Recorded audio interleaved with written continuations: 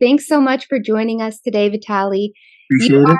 yeah, so you are host of Alpha Talks, which is a YouTube channel where you're sort of exposing the darker realities of this world and of the spiritual world. So I know that can freak a lot of people out, but going back to scripture, Ephesians 5:11, God says, "Take no part in the worthless deeds of darkness, instead expose them." So I think that's a lot of what you're doing. So I'd like to talk a little bit about some of the things you've seen, how you came to know Jesus as Lord, and how people can keep themselves protected from some of these darker entities. Yeah. Again, thank you for letting me come on this channel.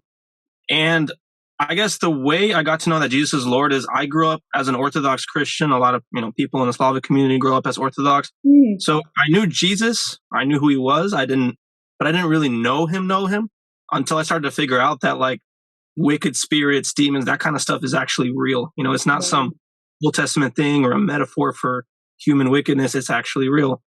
And the reason I got into the type of content I make in terms of like exposing demons, I mean, some people see it as like a weird obsession.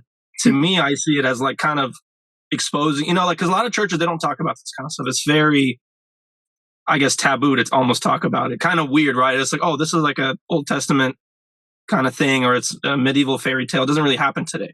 But Right. I believe that a lot of things that what we call mental illnesses, nightmares, hallucinations is exactly what was happening during Old Testament times, right? Yeah. Demonic activity, spirits.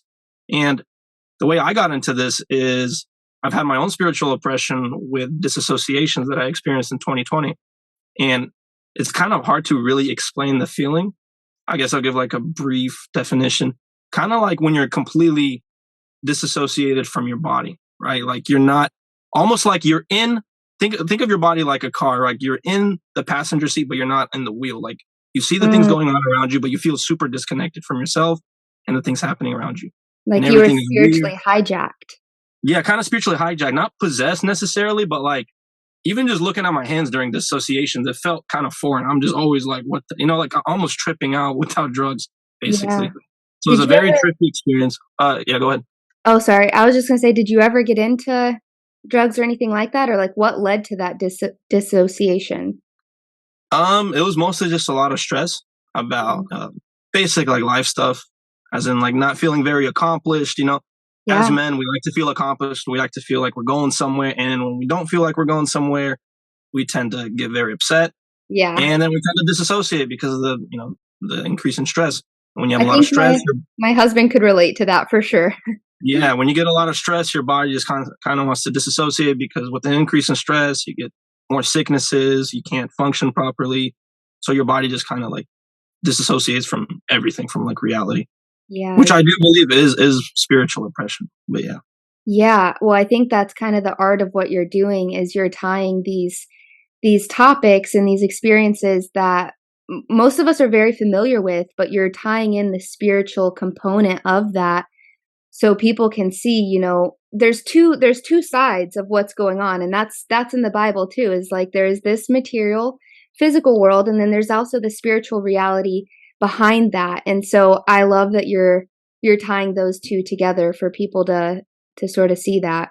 So when you were going through this disassociation, and you started to realize, like you're not in control, how did that lead up to you developing a personal relationship with Jesus?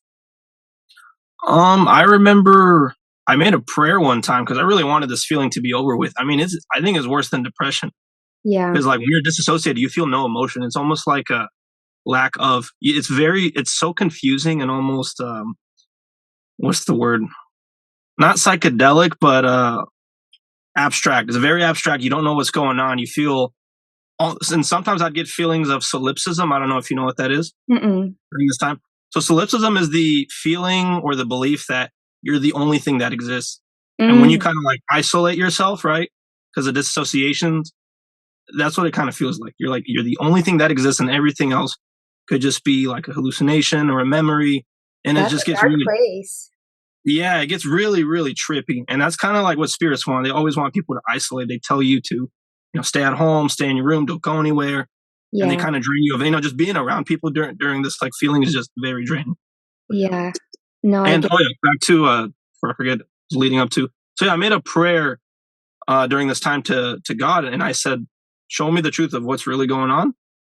And I promise, no matter how crazy or ridiculous it's going to sound, like I'm going to follow through it if you show me proof. Mhm. And he answered the prayer.